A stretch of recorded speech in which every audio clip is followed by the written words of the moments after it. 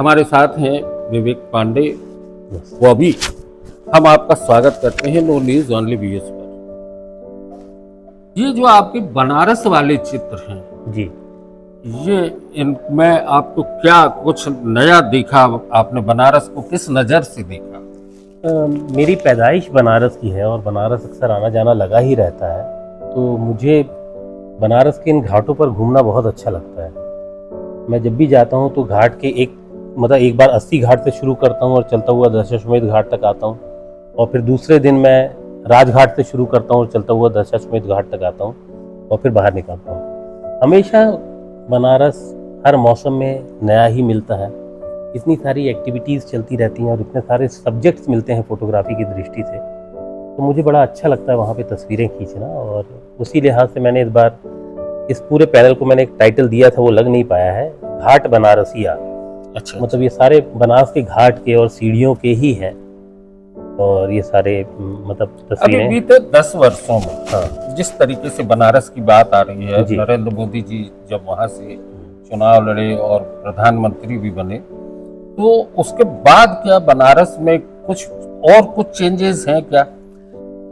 बनारस का जो खाटी बनारसीपन था वो धीरे धीरे खत्म हो रहा है। इसके पहले कि वो खत्म हो जाए उसके लिए उसको तस्वीरों में हम लोग ने सहेजना शुरू किया है। बहुत ज़्यादा मॉडर्न होता जा रहा है। ये जो आप पुरानी तरह की नावें दिख रही हैं, इस तरह की नावें अब धीरे धीरे कम हो रही हैं और वहाँ पे क्रूज बड़े बड़े चलने लगे हैं, जो कि उस नदी में, गंगा नदी में, वो क्रूज मेरी फोटोग्राफी दृष्टि से बहुत ही विभत्स दिखते हैं।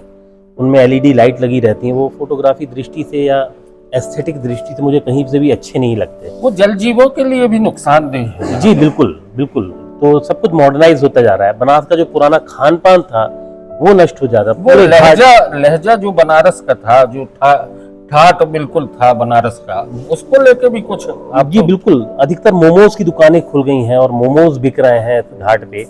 तो बनारस का बनारसीपन इसके पहले कि खत्म हो जाए, हम लोग उसको तस्वीरों में सहेज लेते हैं। अब जैसे ये आपने मणिकर्णिका घाट दिखाया है, जी, इसमें आपको लग रहा है कि किस तरीके से यहाँ भी चेंजेस आ गए हैं क्या? बदल रहे हैं। अभी मणिकर्णिका घाट फिर भी मॉडर्न होने के बावजूद भी थोड़ा बहुत बचा हुआ है। लेकिन ये जो आप तस्वीर देख रहे हैं, इसमें वो चिता के ऊपर, ठंड के समय का है, चिता के ऊपर एक अघोरी साधु और कुत्ते सब उस चिता की गर्मी से ही अपनी ठंड बचा रहे हैं। और उनको कोई लिहाज नहीं है कि वहाँ हड्डियां पड़ी हैं और लाश के ऊपर वो लोग बैठे हुए हैं बोरा डाल के। तो ये सारी चीजें अभी भी बचा हुआ है। साधु संतों को लेके जो बनारस की बात हमेशा कही जाती है, तो क्या लग रहा है कि वहाँ बनारस में साधुओं का जो एक पूरा अखाड़ा होता है, वो आज उसमें भी चेंजेस आ गए हैं क्या? अखाड़ा वाले साधुओं को तो मेरा मिलना नहीं हुआ, लेकिन घाट पे जो साधु रहते हैं, अगर आप उनकी तस्वीरें खींचने लगो तो तुरंत अपना चेहरा छुपा लेते हैं और पैसे मांगने लगते हैं। मतलब सब कुछ बड़ा कमर्शियलाइज होता जा रहा है।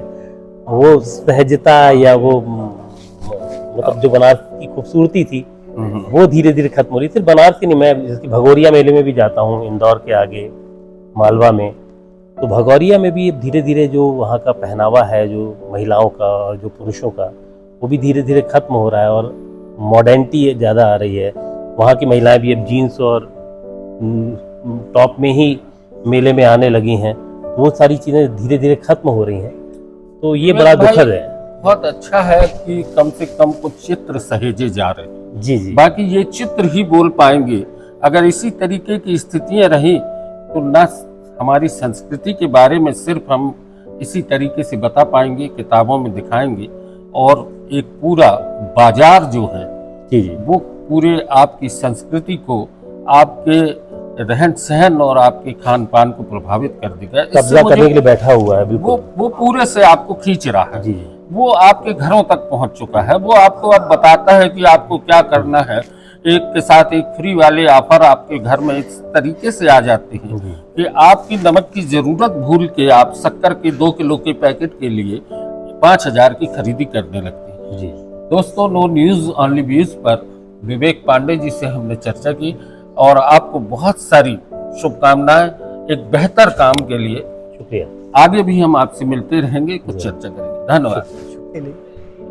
मिलन फोटोग्राफिक सोसाइटी लगातार 15 वर्षों से, जैसा कि मुकुल यादव जी जो कि हमारे बहुत अभिन्न भी हैं और इस शहर की एक पहचान भी है फोटोग्राफी के क्षेत्र में। हम आपका स्वागत करते हैं नो न्यूज़ ऑनली व्यूज़ पर। और एक बहुत अच्छी एग्जीबिशन जो आपने लगाई है, जिस तरीके से आपकी एक विरासत है सचिन यादव जी के समय से जो चला आ रहा है, तो आपको क्या लग रहा है कि ये फोटोग्राफी के क्षेत्र में आज कितने चेंजेस आ चुके हैं? नहीं, अब तो टेक्नोलॉजी तो बहुत तेज़ी से और बहुत ज़्यादा बदल गई है।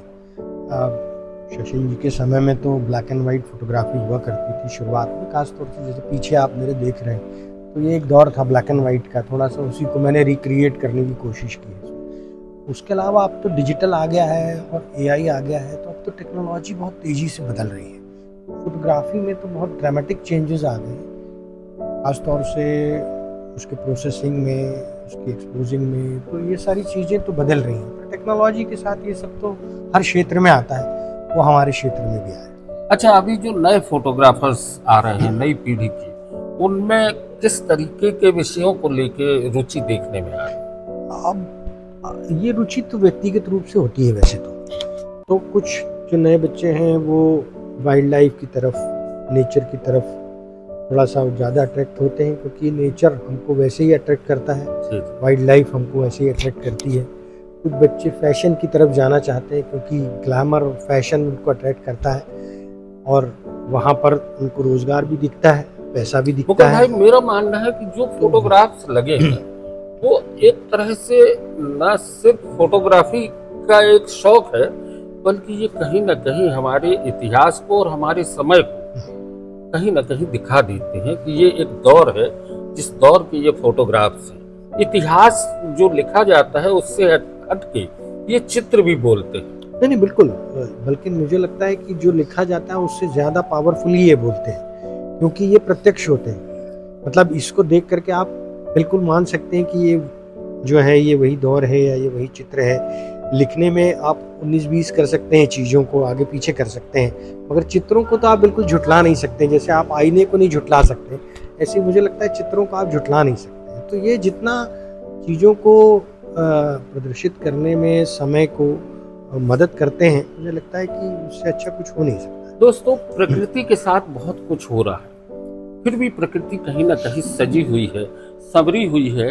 हम आते हैं इन चित्रों की तरफ, यहाँ देखते हैं पर्यावरण को लेके मुकुल भाई ने जिस तरीके की लगाई है यहाँ पर एग्जीबिशन, उसमें आप देखें ये पक्षी हैं, ये देवताल के इधर के कुछ पक्षियों के चित्र हैं जो संजय गुप्ता जी ने लिए हैं। हम मुकुल भाई के लिए धन्यवाद देंगे कि उन्होंने एक प्रयास किया और बीते 15 वर्षों से वो इस तरह की एक कोशिश भी कर रहे हैं। नए फोटोग्राफर्स जो नई पीढ़ी के हैं उनको आगे बढ़ा रहे हैं। नो न्यूज़ ऑनली व्यूज़ पर आज बस इतना ही। हम आपसे कहेंगे ये चित्र बोलते हैं, ये आप ध्यान रखें कि कहीं भी आप फोटोग्राफ से देखें तो ये समझ लें कि आप उस समय के इतिहास को, उस समय को और उस समय की प्रकृति को देख रहे हैं।